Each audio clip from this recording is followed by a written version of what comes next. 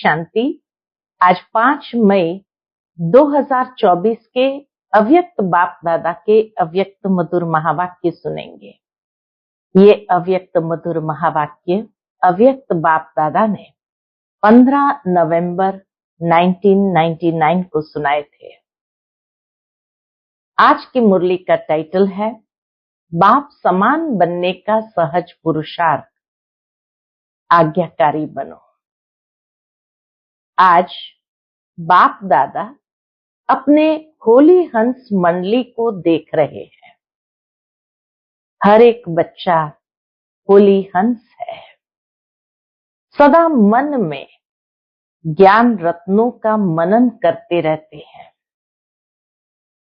होली हंस का काम ही है, हमेशा बाबा बताते, हंस का काम क्या है? रत्न और कंकड़ को अलग करना। तो बाबा कहे होली हंस का काम ही है व्यर्थ के कंकड़ छोड़ना और ज्ञान रत्नों का मनन करना। एक एक रत्न कितना अमूल्य है। हर एक बच्चा ज्ञान रत्नों की खान बन गए हैं। ज्ञान रत्नों के खजानों से सदा भरपूर रहते हैं। बाबा ने इतना अथाह ज्ञान का खजाना दिया है, जो बाबा कहे उससे भरपूर रहते हैं। आज बाप दादा बच्चों में एक विशेष बात चेक कर रहे थे। कौन सी बात? वह क्या थी? ज्ञान व योग की सहज धारणा का सहज साधन है बाप और दादा के आज्ञाकारी बन चलना। अगर ज्ञान और योग की सहज धारणा करने का साधन है, तो वह है बाप और दादा के आज्ञाकारी बन चलना। बाप के रूप में भी आज्ञाकारी, शिक्षक के रूप में भी और सतगुरु के रूप में भी, तीनों ही संबंध से आज्ञाकारी बनना। क्योंकि बाबा की आज्ञा तीनों ही संबंध से हमें प्राप्त है। तीनों ही रूपों में आज्ञाकारी बनना अर्थात सहज पुरुषार्थी बनना।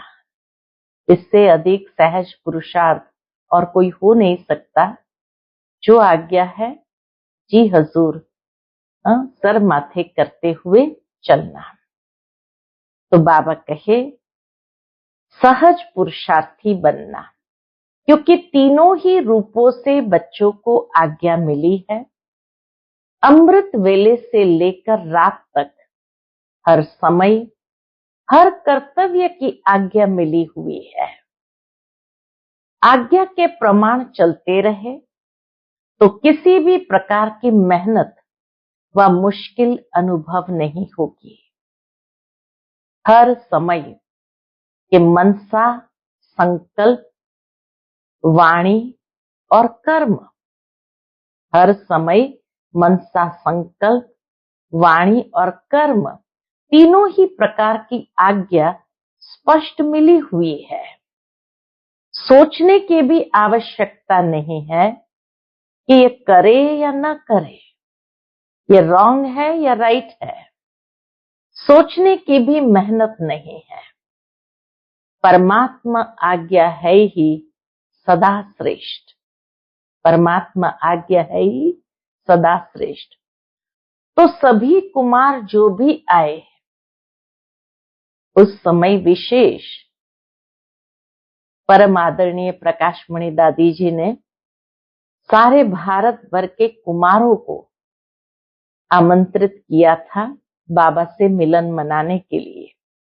तो इसलिए बाबा कहे सभी कुमार जो भी आए हो, बहुत अच्छा संगठन है। तो हर एक ने बाप का बनते ही बाप से वायदे किए हैं। जब बाप के बने हैं तो सबसे पहले कौन सा वायदा किया?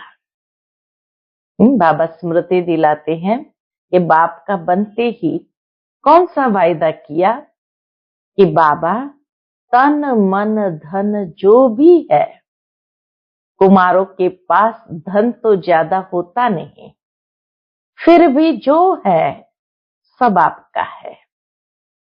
ये वायदा किया है, तन भी, मन भी, धन भी और संबंध भी सब आपसे। तन मन धन और संबंध भी सब बाबा से। यह भी वायदा पक्का किया है, जब तन मन धन संबंध सब आपका है तो मेरा क्या रहा? मेरा तो कुछ रहा ही नहीं। फिर कुछ मेरापन है? होता ही क्या है? बाबा कहे, होता ही क्या है? तन मन धन जन सब बाप के हवाले कर लिया। फिर कुछ प्रवृत्ति वाले भी बैठे थे तो बाबा उनको देखकर कहते हैं, प्रवृत्ति वालों ने किया है, मधुबन वालों ने किया है। पक्का है ना? जब मन भी बाप का हुआ, मेरा मन तो नहीं है। बाबा कहे, मेरा मन तो नहीं है ना, या मन मेरा है? मेरा समझकर यूज करना है। जब मन बाप को दे दिया तो यह भी आपके पास अमानत है। मन भी बाबा कहे आपके पास अमानत है। फिर युद्ध किसमें करते हो? मेरा मन परेशान है, मेरे मन में व्यर्थ संकल्प आते हैं, मेरा मन विचलित होता है। जब मेरा है ही नहीं, अमानत है, फिर अमानत को मेरा समझकर यूज करना, क्या ये अमानत में ख्यानत नहीं है? माया के दरवाजे है कौन से? माया के दरवाजे हैं मैं और मेरा। तो तन भी आपका नहीं, फिर देह अभिमान का मैं कहां से आया? मन परेशान, व्यर्थ संकल्प चला नहीं सकते क्योंकि मेरा मन है नहीं, वो तो अमानत है। फिर बाबा के तन भी आपका है ये कहा, तो देह अभिमान का मैं कहां से आया? मन भी आपका नहीं, तो मेरा मेरा कहां से आया? तेरा है या मेरा है? बाबा कंफर्म करते हैं कि तेरा है या मेरा है, बाप का है या सिर्फ कहना है, करना नहीं। कहना बाप का और मानना मेरा। सिर्फ पहला वायदा याद करो कि न बॉडी कॉन्शियस की मैं है न मेरा है। तो जो बाप की आज्ञा है, तन को भी अमानत समझो, मन को भी अमानत समझो। फिर मेहनत की जरूरत है क्या? तन भी बाबा का, मन भी बाबा का, तो बाबा कहे फिर मेहनत की जरूरत है क्या? कोई भी कमजोरी आती है तो इन दो शब्दों से आती है। कौन से दो शब्द? मैं और मेरा। तो न आपका तन है, न बॉडी कॉन्शियसनेस का मैं। न तन, तो न आपका तन है, न बॉडी कॉन्शियसनेस का मैं। मन में जो भी संकल्प चलते हैं, अगर आज्ञाकारी हो तो बाप की आज्ञा क्या है? मन के लिए बाप की आज्ञा क्या है? पॉजिटिव सोचो, शुभ भावना के संकल्प करो। फालतू संकल्प करो, यह बाप की आज्ञा है क्या? नहीं। तो जब आपका मन नहीं है, फिर भी व्यर्थ संकल्प करते हो, तो बाप की आज्ञा को प्रैक्टिकल में नहीं लाया ना। सिर्फ एक शब्द याद करो कि मैं परमात्मा आज्ञाकारी बच्चा हूं। बाप की यह आज्ञा है या नहीं है, ये सोचो। व्यर्थ संकल्प चलाना ये बाप की आज्ञा है या नहीं है, ये सोचो। जो आज्ञाकारी बच्चा होता है वह सदा बाप को स्वतः ही याद होता है। जो आज्ञाकारी बच्चा होता है, बाबा भी उनको सहजता से याद करते हैं। स्वतः ही प्यारा होता है, स्वतः ही बाप के समीप होता है। आज्ञाकारी बच्चे के लिए वो बाप को याद रहता है, स्वतः ही प्यारा होता है और स्वतः ही बाप के समीप होता है। तो चेक करो, मैं बाप के समीप, बाप का आज्ञाकारी हूं। एक शब्द तो अमृत वेले याद कर सकते हो, मैं कौन? आज्ञाकारी हूं या कभी आज्ञाकारी और कभी आज्ञा से किनारा करने वाले?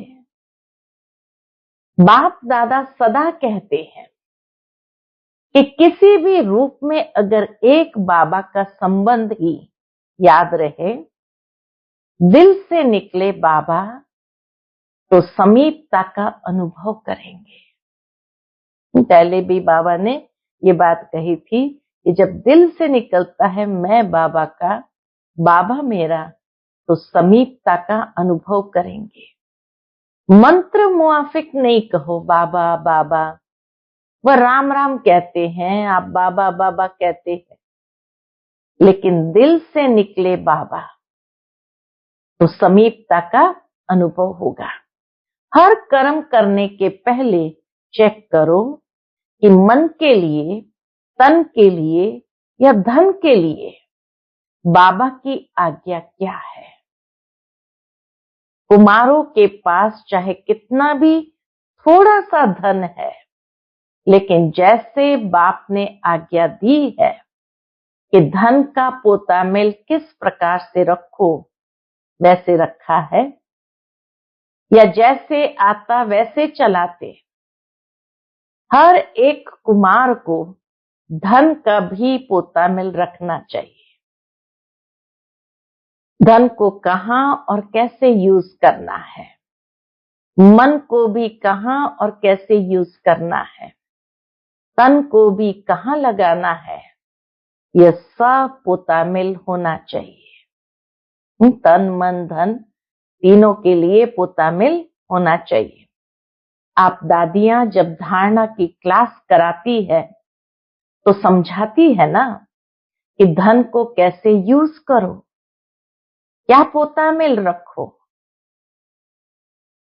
परम आदरणीय प्रकाशमणि दादी जी हमेशा जब भी कुमारों को धारणा का क्लास कराती थी तो धन का पोतामिल जरूर समझाती थी कि जो भी धन कमाते हो उसका 4 हिस्सा करो। एक धन स्वयं के खर्चे के लिए, जो डे टू डे खर्चा है उसके लिए रखो। दूसरा हिस्सा अगर माता पिता की जिम्मेवारी है तो वो हिस्सा माता पिता को दो। तीसरा हिस्सा दान के लिए रखो, कि जो भी सेवा अर्थ दान करना है उसके लिए रखो। और चौथा हिस्सा बैंक में जमा करो। समय आने पर कभी भी कोई खर्चा करना पड़े तो उसके लिए बैंक में जमा करो। तो इस तरह से दादी हमेशा कुमारों को 4 हिस्सा अपने धन का करने के लिए कहते थे कि एक हिस्सा स्वयं के यूज के लिए, दूसरा हिस्सा अपने माता पिता को भेजो जिन्होंने पाला पोसा इतना बड़ा किया, उनका भी हिस्सा जरूर हो, ताकि उनके प्रति जो आपका ऋण है उसको चुका सको। तीसरा हिस्सा सेवा अर्थ रखो, दान करने अर्थ, और चौथा हिस्सा बैंक में जमा करो। कभी भी कोई भी बड़ा खर्चा हो तो उस समय सोचना न पड़े। तो इस तरह से दादी जी हमेशा सिखाती थी कुमारों को। तो बाबा कहे कुमारों को पता है पोता मिल कैसे रखना है, कहाँ लगाना है, ये मालूम है? थोड़े हाथ उठा रहे हैं। जो पुराने थे उन्हें तो मालूम था, तो बाबा कहे थोड़े हाथ उठा रहे हैं। नए नए भी है, इन्हों को मालूम नहीं है। इन्हों को यह जरूर बताना कि क्या क्या करना है। निश्चिंत हो जाएंगे। जब 4 हिस्सा कर लेंगे तो निश्चिंत हो जाएंगे, बोझ नहीं लगेगा। क्योंकि आप सबका लक्ष्य है कुमार माना लाइट, डबल लाइट रहना। और विशेष परेशानी आती ही है धन के संबंध से। तो इसलिए अगर धन का पोतामिल रखना आता होगा तो डबल लाइट सहज रह सकेंगे। बाबा कहे कुमारों का लक्ष्य है ना कि हमको नंबर 1 आना है, तो लक्ष्य के साथ लक्षण भी चाहिए।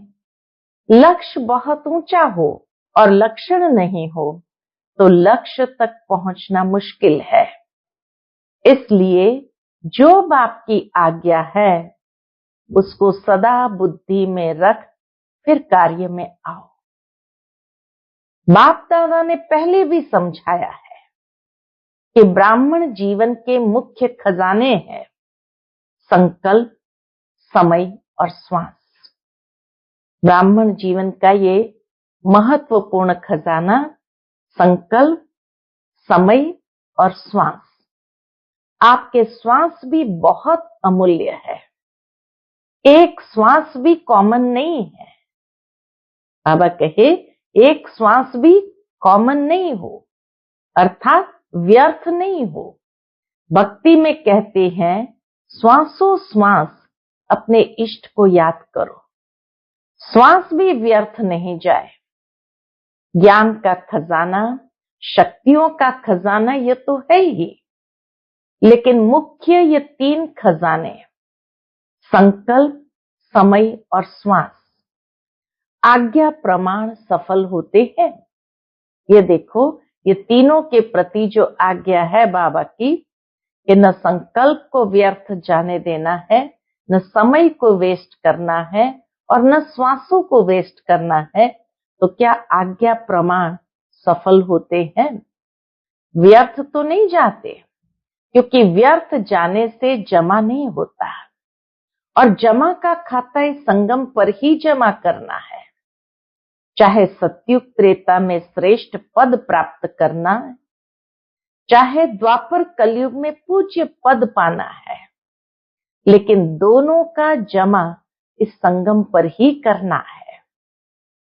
भविष्य प्रारब्ध स्वपुरुषार्थ से और द्वापर कलयुग में जो भी पूज्य पद पाना है वो सेवा करके पूज्य पद पाना है।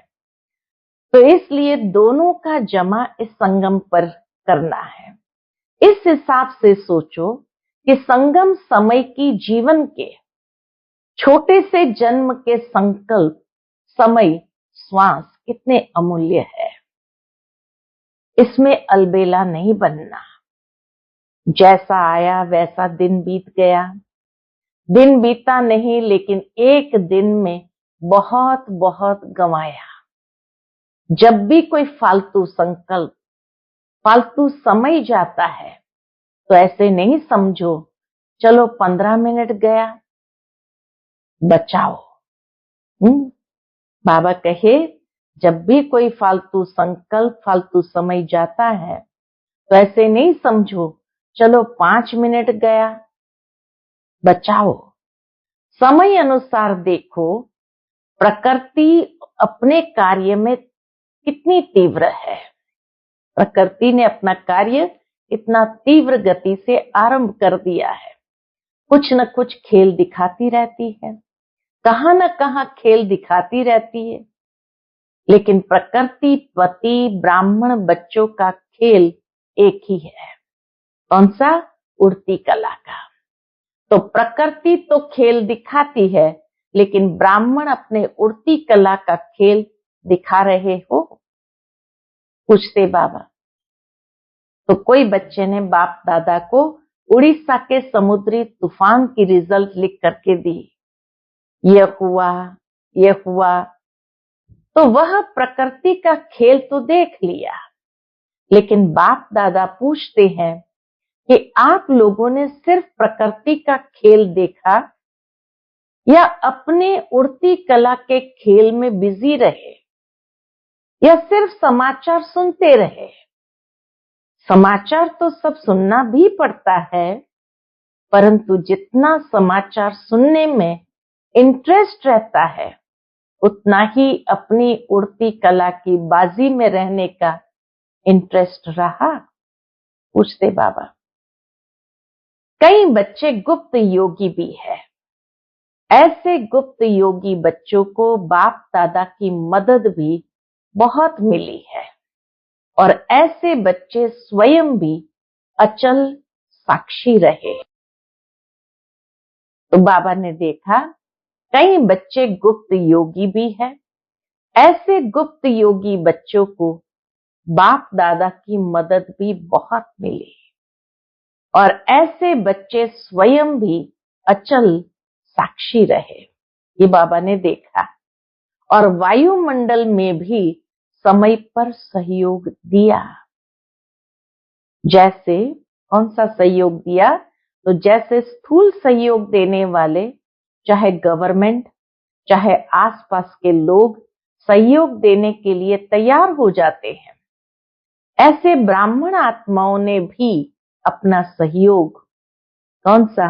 शक्ति शांति देने का, सुख देने का जो ईश्वरीय श्रेष्ठ कार्य है वह किया। जैसे वह गवर्नमेंट ने यह किया, फलाने देश ने यह किया, फौरन ही अनाउंसमेंट करने लग जाते हैं। तो बाप दादा पूछते हैं, आप ब्राह्मणों ने भी अपना ये कार्य किया? आपको भी अलर्ट होना चाहिए। स्थूल सहयोग देना यह भी आवश्यक होता है, इसमें बाप दादा मना नहीं करते।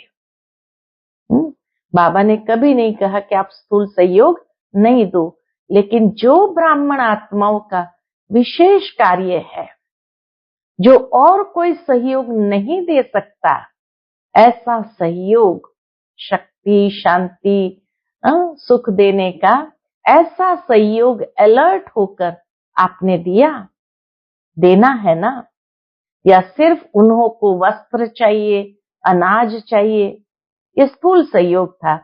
तो बाबा कहे उन्हों को सूक्ष्म सहयोग भी दिया, या सिर्फ उन्हों को वस्त्र चाहिए, अनाज चाहिए, लेकिन पहले तो मन में शांति चाहिए, सामना करने की शक्ति चाहिए। तो स्थूल के साथ सूक्ष्म सहयोग ब्राह्मण ही दे सकते हैं, और कोई नहीं दे सकता है। तो यह कुछ भी नहीं है, ये तो रिहर्सल है। बाबा ने कहा ये प्राकृतिक तूफान कुछ भी नहीं, ये तो रिहर्सल है। रियल तो आने वाला है, उसकी रिहर्सल आपको भी बाप या समय करा रहा है।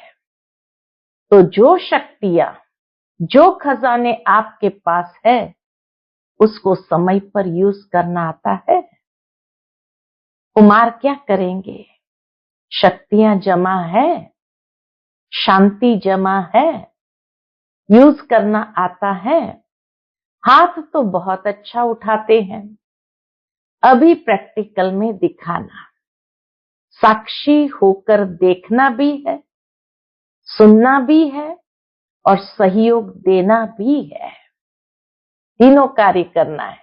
साक्षी होकर देखना भी है, सुनना भी है, और सहयोग देना भी है। आखिर रियल जब पार्ट बजेगा, उसमें साक्षी और निर्भय होकर देखे और पार्ट भी बजाए। कौन सा पार्ट? दाता के बच्चे दाता बन जाओ, जो आत्माओं को चाहिए वह देते रहे। तो मास्टर दाता है ना, स्टॉक जमा है। जितना स्टॉक अपने पास होगा, उतना ही दाता बन दे सकेंगे। अंत तक अपने लिए ही जमा करते रहेंगे तो दाता नहीं बन सकेंगे। अनेक जन्म जो श्रेष्ठ पद पाना है वह प्राप्त नहीं कर सकते हैं। इसलिए एक बात तो आपके पास स्टॉक जमा करो। एक बात तो बाबा कहे आपके पास स्टॉक जमा करो। किस बात का? शुभ भावना, श्रेष्ठ कामना का भंडार सदा भरपूर हो। दूसरा, जो विशेष शक्तियां हैं वह शक्तियां जिस समय जिसको जो चाहिए वह दे सको। अभी समय अनुसार सिर्फ अपने पुरुषार्थ में संकल्प और समय दो, साथ साथ दाता बन विश्व को भी सहयोग दो। तो एक तो बाबा कहे अपने पास स्टॉक जमा करो, शुभ भावना शुभ कामना का भंडारा सदा भरपूर हो। और दूसरा, जो विशेष शक्तियां हैं वह शक्तियां जिस समय जिसको जो चाहिए वह दे सको। अभी समय अनुसार सिर्फ अपने पुरुषार्थ में संकल्प और समय दो, साथ साथ दाता बन विश्व को भी सहयोग दो। अपना पुरुषार्थ तो सुनाया, अमृत वेले ही यह सोचो कि मैं आज्ञाकारी बच्चा हूं। हर कर्म के लिए आज्ञा मिली हुई है, उठने की, सोने की, खाने की, कर्म योगी बनने की। हर कर्म की आज्ञा मिली हुई है। हर कर्म की आज्ञा मिली हुई है। आज्ञाकारी बनना यही बाप समान बनना है। कितनी सुंदर बात कही बाबा ने। आज्ञाकारी बनना यही बाप समान बनना है। ब्रह्मा बाप समान। ब्रह्मा बाबा ने भी बाबा की कोई भी आज्ञा की अवज्ञा नहीं की। बस श्रीमत पर चलना, न मनमत न परमत। एडिशन नहीं हो, श्रीमत में भी कोई एडिशन नहीं हो। कभी मनमत पर कभी परमत पर चलेंगे तो मेहनत करनी पड़ेगी, सहज नहीं होगा, क्योंकि मन मत पर मत उड़ने नहीं देंगी। मन मत पर मत बोझ वाली है और बोझ उड़ने नहीं देगा। श्रीमत डबल लाइट बनाती है। श्रीमत पर चलना अर्थात सहज बाप समान बनना। श्रीमत पर चलने वाले को कोई भी परिस्थिति नीचे नहीं ले आ सकती है। तो श्रीमत पर चलना आता है। अच्छा, तो कुमार अभी क्या करेंगे? निमंत्रण मिला, स्पेशल खात्री हुई, देखो कितने लाडले हो गए हो।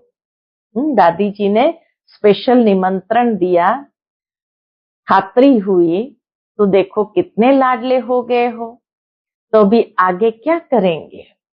रिस्पॉन्ड देंगे या वहां गए तो वहां के, यहां आए तो यहां के? ऐसे तो नहीं है ना। यहां तो बहुत मजे में हो, मधुबन में आते सब कुछ रेडी मिलता है तो बहुत मजे में हो, माया के वार से बचे हुए हो। ऐसा कोई है जिसको यहाँ मधुबन में भी माया आई हो? ऐसा कोई है जिसको मधुबन में भी मेहनत करनी पड़ी हो? सेफ हो, अच्छा है। बाप दादा भी खुश होते हैं। समय आएगा जब यूथ ग्रुप पर गवर्नमेंट का भी अटेंशन जाएगा, लेकिन तब जाएगा, कब जाएगा गवर्नमेंट का? जब आप विघ्न विनाशक बन जाओ। खुद ही अगर विघ्न में लड़ते रहेंगे विघ्नों के साथ तो अटेंशन गवर्नमेंट का नहीं जाएगा। इसलिए बाबा कहे जब आप विघ्न विनाशक बन जाओ तो गवर्नमेंट का भी स्वतः अटेंशन जाएगा। विघ्न विनाशक किसका नाम है? आप लोगों का है ना। गणेश जी माना कुमार, तो आप लोगों का है ना। विघ्नों की हिम्मत नहीं हो जो कोई कुमार का सामना करे। कितनी बड़ी बात बाबा ने कही कि विघ्नों की हिम्मत नहीं हो जो कोई कुमार का सामना करे। तब कहेंगे विघ्न विनाशक। विघ्नों की हार भले हो लेकिन वार नहीं करे। विघ्न विनाशक बनने की हिम्मत है? या वहां जाकर पत्र लिखेंगे, दादी बहुत अच्छा था लेकिन पता नहीं क्या हो गया? ऐसे तो नहीं लिखेंगे। यही खुशखबरी लिखो, ओके वेरी गुड विघ्न विनाशक हूं। बस एक अक्षर लिखो, ज्यादा लंबा पत्र नहीं। ओके। अच्छा, फिर बाबा ने मधुबन वालों से बात की, क्योंकि मधुबन वालों ने अपना पोता मिल बाबा को दिया था, तो मधुबन की भी विशेषता बाप दादा के पास पहुंच गई है। मधुबन वालों ने अपने चार्ट भेजे हैं, बाप दादा के पास पहुंचे हैं। बाप दादा सभी बच्चों को, आज्ञा मानने वाले आज्ञाकारी बच्चों की नजर से देखते हैं। विशेष कार्य मिला और एवर रेडी बन किया है, इसकी विशेष मुबारक दे रहे हैं। अच्छा, हर एक ने अपना स्पष्ट लिखा है। बाबा उस बात को अप्रिशिएट करते हैं। फिर बाबा ने दादी से, आप भी रिजल्ट देखकर क्लास कराना। अपनी अवस्था का चार्ट अच्छा लिखा है। बाप दादा तो मुबारक दे ही रहे हैं। सच्ची दिल पर सच्चा साहब राजी होता है। अच्छा, चारों ओर के बाप दादा के आज्ञाकारी बच्चों को, सदा विघ्न विनाशक बच्चों को, सदा श्रीमत पर सहज चलने वाले, मेहनत से मुक्त रहने वाले, सदा मौज में उड़ने और उड़ाने वाले, सर्व खजानों के भंडार से भरपूर रहने वाले, ऐसे बाप के समीप और समान रहने वाले बच्चों को बहुत बहुत याद, प्यार और नमस्ते। कुमारों को भी विशेष अथक और एवर रेडी, सदा उड़ती कला में उड़ने वालों को बाप दादा का विशेष याद, प्यार। फिर उन दिनों में बाप दादा डायमंड हॉल में पूरा स्टार्टिंग से लेकर पीछे तक चक्कर लगाकर वापस आते थे दृष्टि देते हुए। तो बाप दादा ने डायमंड हॉल में बैठे हुए सभी भाई बहनों को दृष्टि देने के लिए हॉल में चक्कर लगाया। बाप दादा का हर एक बच्चे से बहुत बहुत बहुत प्यार है। ऐसे नहीं समझे कि हमारे से बाप दादा का प्यार कम है। कोई ये न समझे बाबा का प्यार हमसे कम है। आप चाहे भूल भी जाओ, लेकिन बाप निरंतर हर बच्चे की माला जपते रहते हैं, क्योंकि बाप दादा को हर बच्चे की विशेषता सदा सामने रहती है। कोई भी बच्चा विशेष न हो ये नहीं है। इतना प्यार करते बाबा। हर बच्चा विशेष है। बाप कभी एक बच्चे को भी भूलता नहीं है। तो सभी अपने को विशेष आत्मा है और विशेष कार्य के लिए निमित्त है, ऐसे समझ के आगे बढ़ते चलो।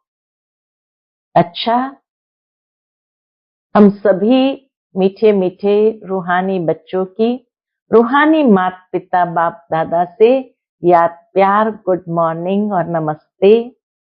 नमस्ते, शुक्रिया बाबा, शुक्रिया। आज का बाप दादा का मधुर वरदान हम बच्चों के प्रति है, सदा रूहानी स्थिति में रहे, दूसरों की भी रूह को देखने वाले रूहानी रूहे गुलाब भव। सदा रूहानी स्थिति में रहे, दूसरों की भी रूह को देखने वाले रूहानी रूहे गुलाब भव। रूहे गुलाब अर्थात जिसमें सदा रूहानी खुशबू हो। रूहानी खुशबू वाले जहां भी देखेंगे, जिसको भी देखेंगे, तो रूह को देखेंगे, शरीर को नहीं।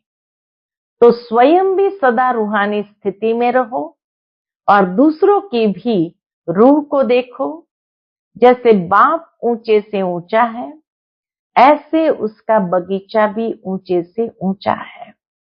जिस बगीचे का विशेष श्रृंगार रूहे गुलाब आप बच्चे हो, आपकी रूहानी खुशबू अनेक आत्माओं का कल्याण करने वाली है। बाबा कहे आपकी रूहानी खुशबू अनेक आत्माओं का कल्याण करने वाली है। आज का स्लोगन, मर्यादा तोड़कर किसी को सुख दिया तो वह भी दुख के खाते में जमा हो जाएगा।